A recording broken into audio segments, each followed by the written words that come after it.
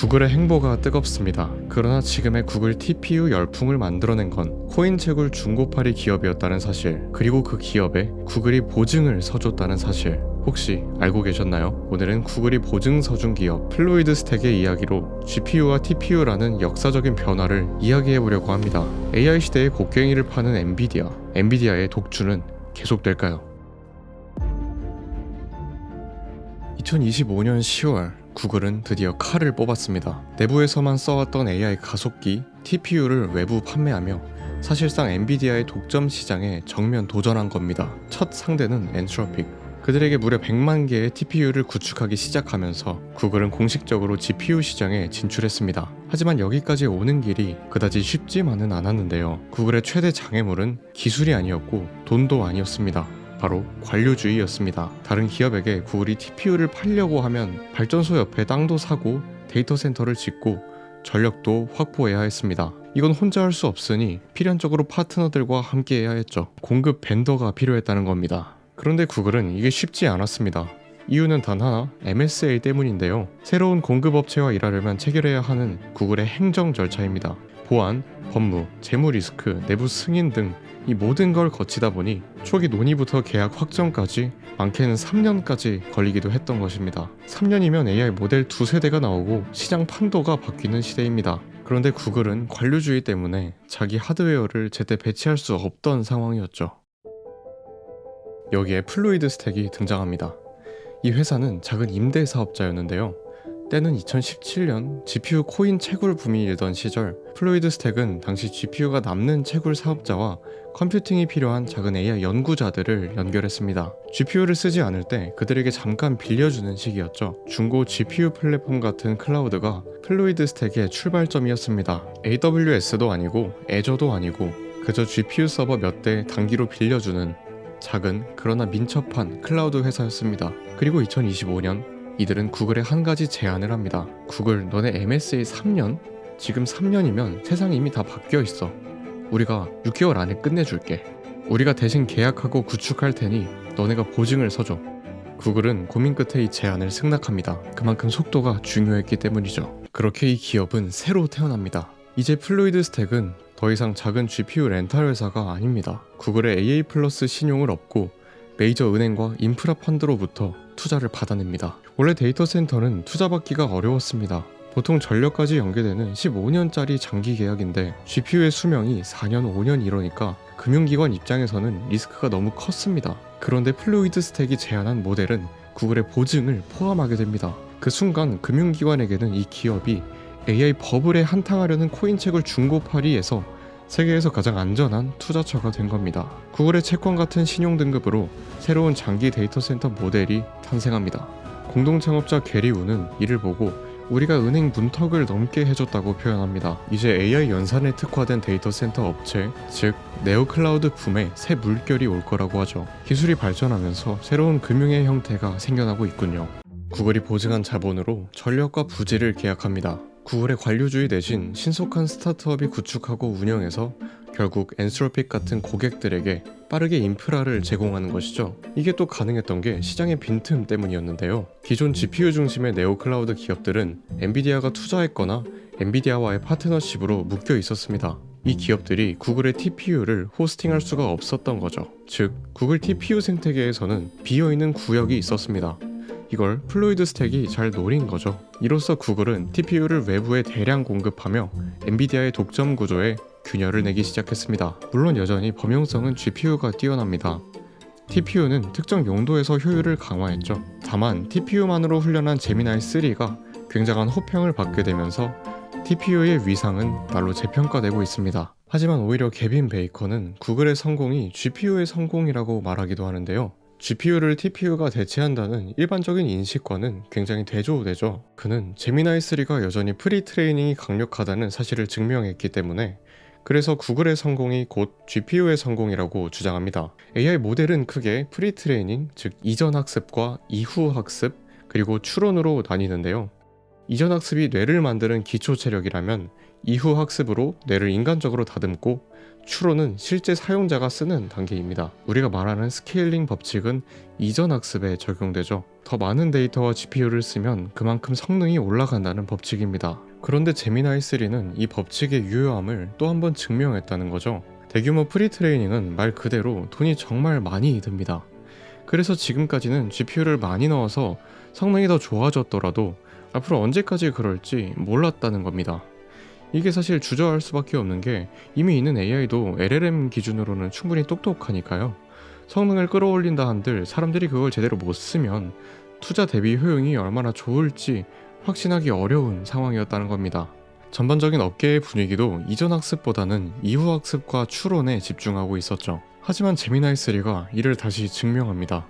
물론 TPU라는 공급 차원의 경쟁은 있지만 이를 증명해서 새로 생기는 컴퓨팅의 수요가 훨씬 더 크기 때문에 그래서 엔비디아에게 오히려 좋다는 거죠. 여기서 재밌는 게 세미 애널리시스는 오픈AI가 GPT-4o 이후 대규모 사전 훈련을 완료하지 않았다고 말합니다. 그게 구글과 가장 비교되는 지점이라고요. 비유하자면 개념학습으로도 더 많이 배울 수 있는데 그게 돈이 너무 많이 드니까 기초 문제를 풀고 응용 문제를 풀려고 했던 겁니다. 그리고 TPU는 더 적은 자원으로도 개념학습이 가능하도록 한 셈이었고요. 애초에 그것을 위해 만든 칩이었기 때문입니다. 세미 애널리시스는 이어서 이런 농담을 던지는데요.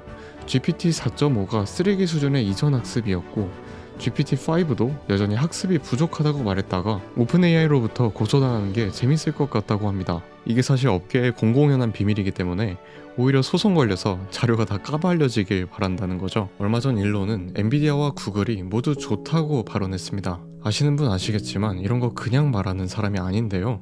구글의 성공은 그 자체로 대단하지만 오히려 그것은 더 많은 컴퓨팅의 가치를 입증합니다. 자연스럽게 더 많은 컴퓨팅이 필요해지면서 구글과 엔비디아 모두에게 좋다는 게 아닐까요? TPU의 성공이 GPU를 단순히 대체하는 게 아니라 컴퓨팅 시장 자체를 키워버렸다는 의견입니다. 하지만 의문은 있습니다.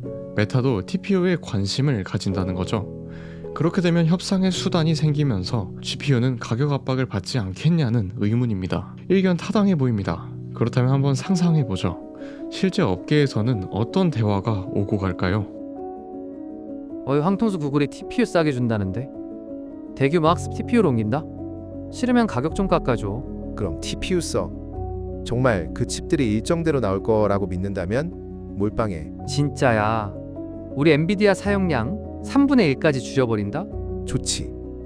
그럼 진짜 확정 수요 고객에게 돌려줄게. 수요 넘친다야. 다음 분기부터 니네한테 덜 줄게. 사람 말은 끝까지 들어야지. 여전히 H100이랑 B100은 필요하다고. 아직 우리 주요 모델은 거기서 돌아간단 말이야. 그래, 뭐 물량은 줄게. 다만 우선순위는 없어. 니네가 허튼 짓 하면 다른 사람에게 가는 거야. 어이 젠슨? TPU가 성능 금방 따라잡을 거야. 후회하지 않겠어? 그 말 엔스로픽도 했어. 컴파일러 버그 나기 전까진 오픈 AI도 그랬지. 그리고 결국 다시 H100 주문했잖아. 다들 이중 스택 가능하다고 하는데 진짜 가능한지 해봐. 그리고 잘못되면 너만 손해지. 우리 엔지니어링 인력 있어. 니네한테 없는 건 시간이야. 학습 일정 미뤄지고 디버깅 축이 길어지고 그 사이 구글 TPU 최고 성능은 제미나이한테 먼저 주겠지. 니네 로드맵을 경쟁자의 선의에 맡기는 건데?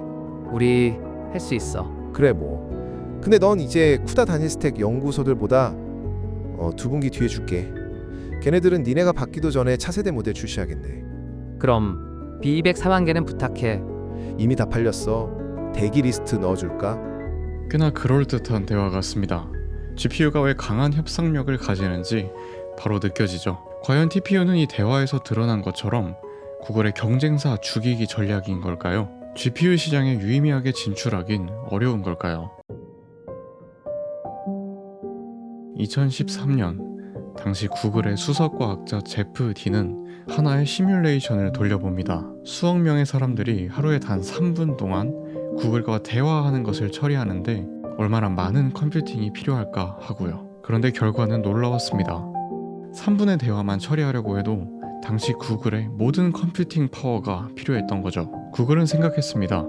미래의 AI가 모든 서비스에 사용될 것이고 이대로만 가도 수요가 엄청날 것이라고요. 그러니까 이걸 감당할 수 있는 AI 전용 컴퓨터 칩이 필요하다는 판단을 내립니다. 정말 진지한 필요에 의해 개발했던 것이죠. 그리고 그렇게 시작된 TPU는 지금 상황에서 더욱 빛나고 있습니다. TPU를 비유하자면 승용차가 아닌 화물 전용 트럭이라 할 수 있겠는데요. AI 전용으로 최적화한 겁니다. 이때 이 트럭의 엔진과 도로, 주유소까지 시스템을 통일해서 함께 설계된 거죠. 전력과 냉각 시스템까지 통일했다는 겁니다. 그래서 이번 TPU V7은 동일 규모 GPU 블랙을 대비 대략 30% 더 효율적입니다. 전력 그 자체가 병목이 되는 요즘 오히려 TPU의 이런 장점이 부각받는 거죠. 그런데 이렇게 효율이 좋고 성능이 좋더라도 TPU는 외부 개발자가 쓰기 어려웠습니다. 대부분 연구자들은 파이토치를 쓰는데 그것과 호환도 잘 안 됐죠. 사실상 구글 내부 전용이었으니까요. 하지만 구글은 작년부터 변화를 단행합니다.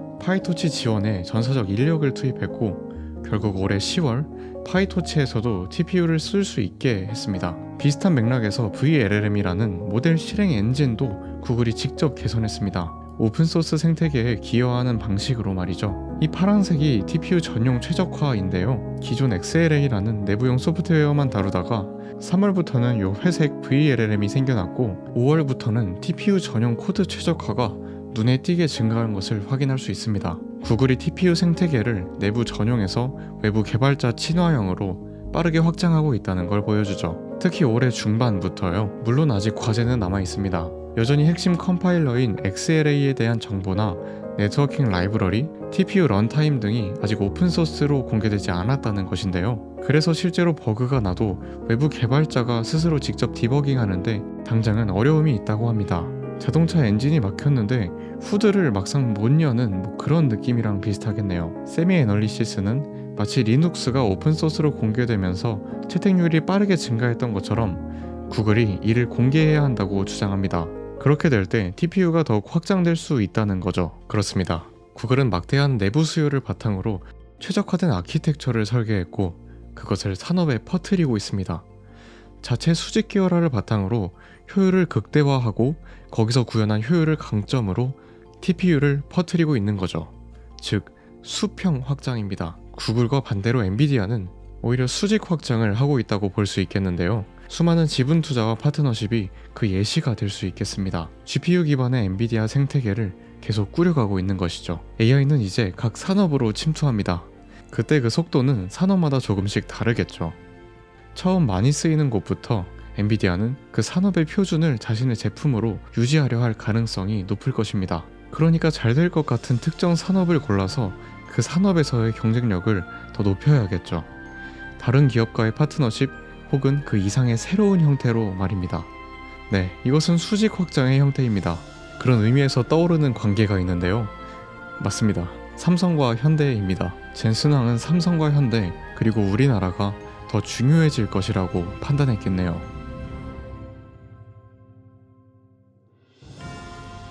이번에 GPU와 TPU를 돌아보며 가장 핵심 변수가 되었던 것은 무엇일까요?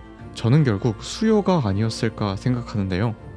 제미나이 3 성공이 결국 GPU에게 호재일 수 있었던 것도 프리 트레이닝의 수요가 강력했기 때문이었고요. 구글이 자체적으로 TPU를 개발하고 구글 스스로 키워낼 수 있었던 것도 구글이 이미 갖고 있던 수요 덕분이었죠. 따라서 AI 산업의 미래는 누가 더 크고 지속 가능한 생태계를 구축하고 그 생태계에서 수요를 증명하느냐의 싸움일 것입니다. GPU와 TPU가 단지 경쟁 기술이 아니라 AI 컴퓨팅 수요를 증명하며 서로의 생태계를 확장시키고 있는 모습처럼 그 수요가 충분히 크기 때문에 구글과 엔비디아가 서로 다른 방향의 확장을 진행하고 있는 모습처럼 수직 계열화를 이뤄낸 구글, GPU를 독점해낸 엔비디아, 이 두 기업들은 자신들의 강점을 바탕으로 다가오는 방대한 AI 수요에 대응하고자 합니다.